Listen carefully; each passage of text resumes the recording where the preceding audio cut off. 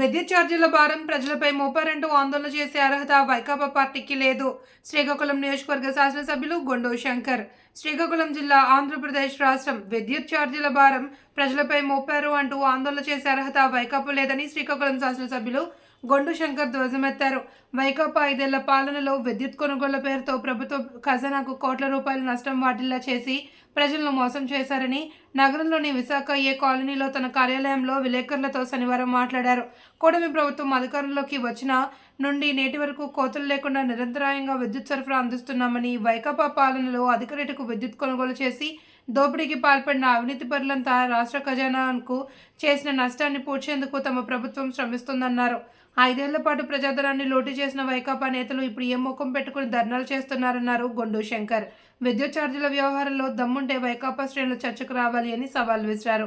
విలేకరుల సమావేశంలో రాష్ట్ర కార్పొరేషన్ డైరెక్టర్ సీరా రమణయ్య, టీడీపీ నాయకులు చిట్టి మోహన్, పాండ్రంగి శంకర్, ఎండు చిన్నారావు, పంచిరెడ్డి అప్పలనాయుడు తదితరులు పాల్గొన్నారు.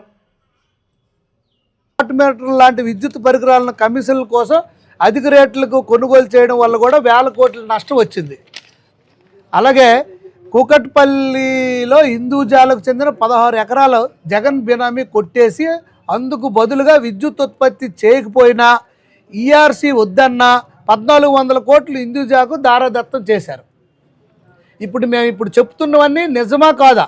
లేదు అంటే మీరు రండి, మాట్లాడదాం, చర్చకు మేము సిద్ధం. మా దగ్గర అన్ని ఆధారాలతో మేము మాట్లాడుతున్నాం. ఇప్పుడు అధిక వడ్డీ రేట్లకి 10,892 కోట్లు నష్టం వచ్చింది అధిక వడ్డీ రేట్ల వల్ల.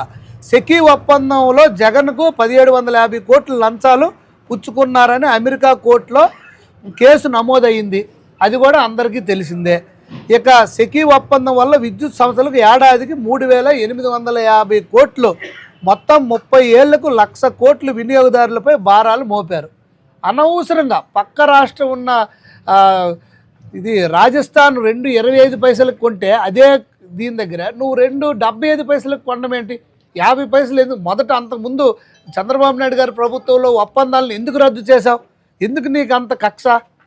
అది సైకోతనం కాకపోతే అని నేను ఈ సందర్భంగా అడుగుతున్నా. ఇలాగే జగన్ విద్యుత్ ఛార్జీలు పెంచి ఆయనే ధర్నాలు చేయడం ప్రజలను మోసగించడమే. నేడు రాష్ట్రంలో 20,000 మెగావాట్ల విద్యుత్ సామర్థ్యం గల విద్యుత్ ప్లాంట్లు చంద్రబాబు పాలనలో నిర్మించినవే. ఇందువల్లనే రైతులకు ఉచిత విద్యుత్ ఇప్పుడు ఇవ్వగలుగుతున్నాం. అది కూడా 9 అవర్స్ ఇస్తున్నాం.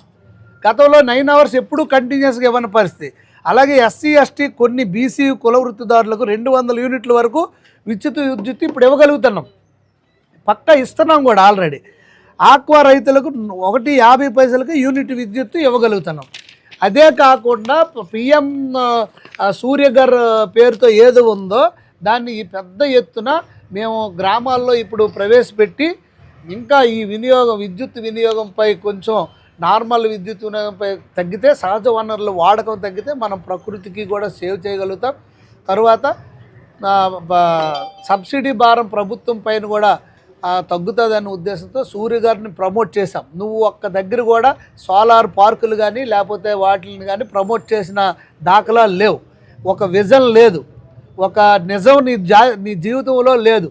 అన్ని తప్పుడు దారులు, విధ్వంసం, అరాచకం తప్పితే గత 5 సంవత్సరాలుగా మీరు చేసిన శూన్యం. ఉల్టా ఇప్పుడు తప్పుదోవ పెట్టి ప్రజల్ని మబ్బు పెట్టడం తప్పితే ఇది ఒక్క పైసా కూడా, ఒక్క యూనిట్ పైన కూడా ప్రజలపై భారం మనం మోపలేదు. యూనిట్ రేటు పెంచలేదు.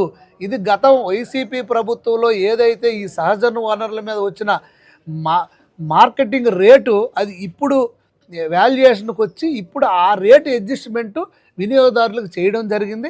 అది కూడా అంత రావడానికి కారణం ఏంటంటే నువ్వు 50 పైసలు పక్క రాష్ట్రాల కంటే నువ్వు ఎక్కువ పెట్టి కొన్నందువల్ల 1,29,000 కోట్లు అప్పు భారం ఇప్పుడు రాష్ట్రంపై పడింది.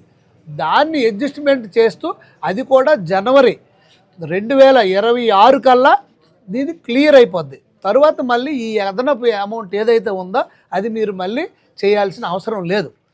ప్రజలు ఇది ఒక్కటి గమనించాలి. మీకు ఎలక్ట్రికల్ బిల్లులో క్లియర్గా మీకు అంతా ఇచ్చాం. మొదట బిల్లులో ఎన్ని యూనిట్లకు మీకు అమౌంట్ పడిందో అదే రేటు మీకు ఇప్పుడు ఉంటుంది. దానిపైన అదనంగా ఒక పైసా కూడా పెంచలేదు. ఏదైతే ఈ అడ్జస్ట్మెంటు, ఈ అదనపు రేటు కొన్నందువల్ల దాన్నే అడ్జస్ట్ చేస్తాను. ఇది కూడా ఒక 1 ఇయర్ వచ్చే 26 జనవరి కల్లా ఈ అప్పు ఈయన చేసిన తాలూకా ఇదంతా క్లియర్ అయ్యి అడ్జస్ట్మెంట్ అవుతుంది కనుక ప్రజలు దీన్ని గమనించి సహకరించాలని కోరుకుంటూ ఎన్డీఏ ప్రభుత్వం ఎంతో బాధ్యతాయుతంగా ఎంతో జాగ్రత్తగా ముందుకు తీసుకెళ్ళి ఇప్పుడు నాణ్యమైన విద్యుత్తును అందించి అన్ఇంటరప్ట్ విద్యుత్తు రైతులకు కానీ ప్రజలకు కానీ ఇస్తూ ఇప్పుడు ఎక్కడ కూడా కోతలు లేకుండా నాణ్యమైన విద్యుత్ ఇస్తుంది. సో సహకరించండి, ప్రజలందరికీ కూడా సహకరించాలి అని కోరుకుంటూ ఈ వైసీపీ ప్రభుత్వం తప్పుడు ప్రచారాలు చేసి ఈ లేనిపోని శోకాలు ఈయన పెడుతున్నాడు. ఇదంతా జగన్ ఆడుతున్న హై డ్రామా, తప్పుదోవ పట్టించడమే వాళ్ళు మెయిన్ ఎజెండా. కానీ ప్రజలు అంత నమ్మే పరిస్థితుల్లో లేరని కూడా ఈ సందర్భంగా తెలియజేసుకుంటూ ఈ సందర్భంగా మీడియా మిత్రులందరికీ నేను దీన్ని మీకు మీడియా ద్వారా తెలియజేయాలని తెలియజేసుకుంటూ అందరికీ నమస్కారం, సెలవు.